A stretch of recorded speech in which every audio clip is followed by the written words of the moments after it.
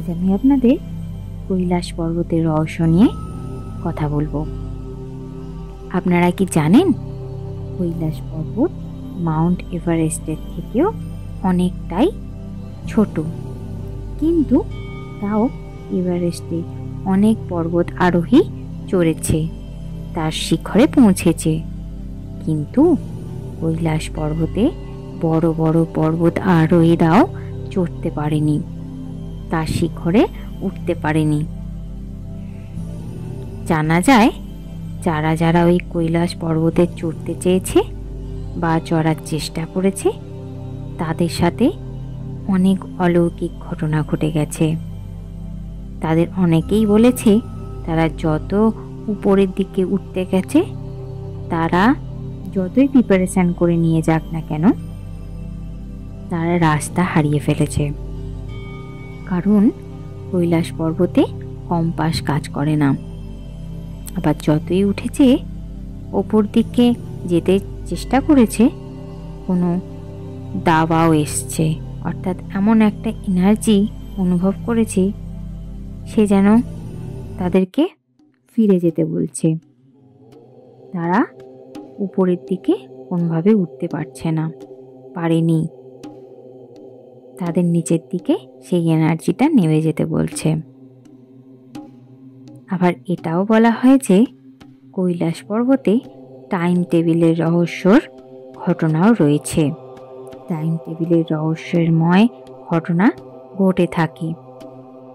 ওখানে মানুষ যত উপরে ওঠে তত তার বয়স বাড়তে থাকে।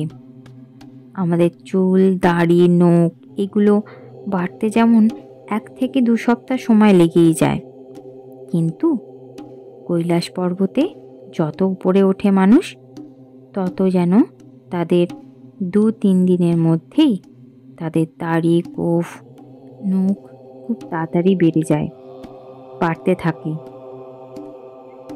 তখন নিজেকে অনেকটা বয়স্ক বলে মনে হতে থাকে।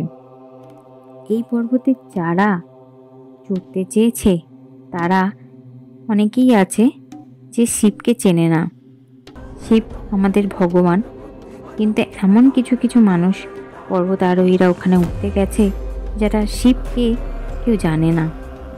যেমন জার্মানির মতন বিদেশেও পর্বত আরোহীরা যারা খুবই এক্সপিরিয়েন্স ছিল, তারাও বলেছে যে ওই কৈলাস পর্বতে এমন একটি এনার্জি আছে যা ওই পর্বতে উঠতে দেয় না। এমন এক এনার্জি যা অন্য দেশেও ফিল করেছে। এমন এনার্জি আছে যা অন্যান্য দেশরাও ফিল করেছে। অনেক বিভিন্ন দেশের পর্বত আরোহীরা এই এনার্জি ফিল করেছে। অনেক এক্সপিরিয়েন্সড আরোহীরা বলেছে যে আমরা 5 দিন ধরে কৈলাস পর্বত উঠেছিলাম, কিন্তু মাত্র 2.5 দিন উঠতে পেরেছি, আর 2.5 দিন নিচে নেমে এসেছি। আমরা কি করে নেমে এলাম নিচের দিকে সেটা বুঝতেই পারিনি। আমরা তো উপরের দিকেই উঠছিলাম, কি করে নিচের দিকে নামলাম সেটা আমাদের খেয়ালই ছিল না, অথচ আমরা নিচের দিকে নেমে এসেছি। তবে একজন ব্যক্তি ছিলেন যিনি ওই কৈলাস পর্বতে চড়তে পেরেছিলেন আজ থেকে প্রায় 900 সাল আগে, যার নাম ছিল মিলারেপা, যিনি তিব্বতিয়ান ছিলেন, যিনি বড় তান্ত্রিক ছিলেন, ব্ল্যাক ম্যাজিক জানতেন। একমাত্র কৈলাস পর্বত চড়তে পেরেছিলেন, এরকম তিব্বতিয়ান গ্রন্থে লেখা আছে। সায়েন্টিফিক ব্যাখ্যায় আছে কৈলাস পর্বতে যেরকম পজিশন আছে তার 6666 কিলোমিটার দূরত্বে আছে নর্থ পোলের থেকে, বাট 6666 কিমি ইন্টু 2 কিলোমিটার দূরত্বে আছে সাউথ পোলের থেকে। এটাও মানা যায় যে কৈলাস পর্বতের মধ্যে একটা হিডেন শহর আছে যার নাম জ্ঞানগঞ্জ। এরকম অনেক শহরই আছে, তার মধ্যে এটা অন্যতম। বৌদ্ধনিজম, তিব্বতিয়ান এবং চাইনিজ লোকরা এই শহরকে সেইয়াং রিলা বলা হয় যেসব প্রাণী বিলুপ্ত হয়ে গেছে সেই সব প্রাণী ওই শহরে থাকে। যখন আবার কলিযুগ শেষ হয়ে আবার সত্যযুগের সূচনা হবে, তখন আবার ওই প্রাণীদের পাঠানো হবে। এরকমভাবেই চলতে থাকবে। কৈলাস পর্বতে মানস সরোবর আছে, যার জল খুবই পবিত্র। মানস সরোবরের প্রকৃতি খুবই শান্ত, খুবই পবিত্র। এই জল খুব মিষ্টি হয়, যা খাওয়া যায়। এই জলে কোনো ওয়েভস থাকে না এবং প্রচুর পশু পাখি এখানে আসে। অনেক পাখিদের দেখা যায় এই মানস সরোবরে। এতটাই পবিত্র মানা হয় এই জলকে।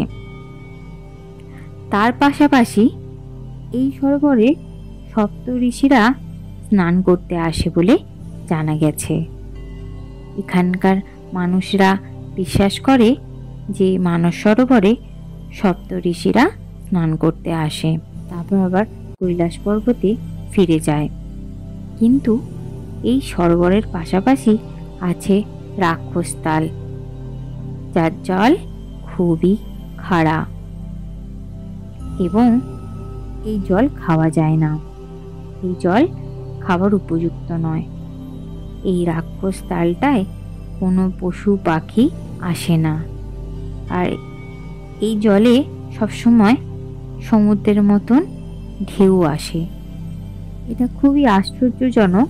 দুটো সরোবর পাশাপাশি থাকা সত্ত্বেও একটি জল শান্ত, যেটা মানস সরোবর, এবং যার জল খুবই মিষ্টি, কিন্তু তার একটু পাশেই আছে রাক্ষসতাল, যা সবসময় সমুদ্রের মতন ঢেউ খেলে যাচ্ছে, খুবই চঞ্চল এবং খুবই খাড়া তার স্বাদ, যা খাওয়া যায় না, যেখানে কোনো পশু পাখি এসে বসে না।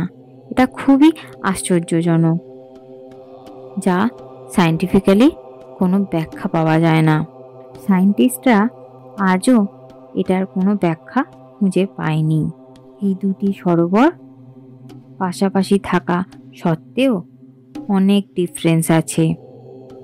কৈলাস পর্বত দেখতে মানুষের তৈরি পিরামিডের মতো, তবে এটাও জানা যায় এই পর্বতের চূড়ায় সব সময় বরফ থাকে, তা কখনই গলে যায় না, সব সময় বরফ থেকে থাকে এই চূড়ায়।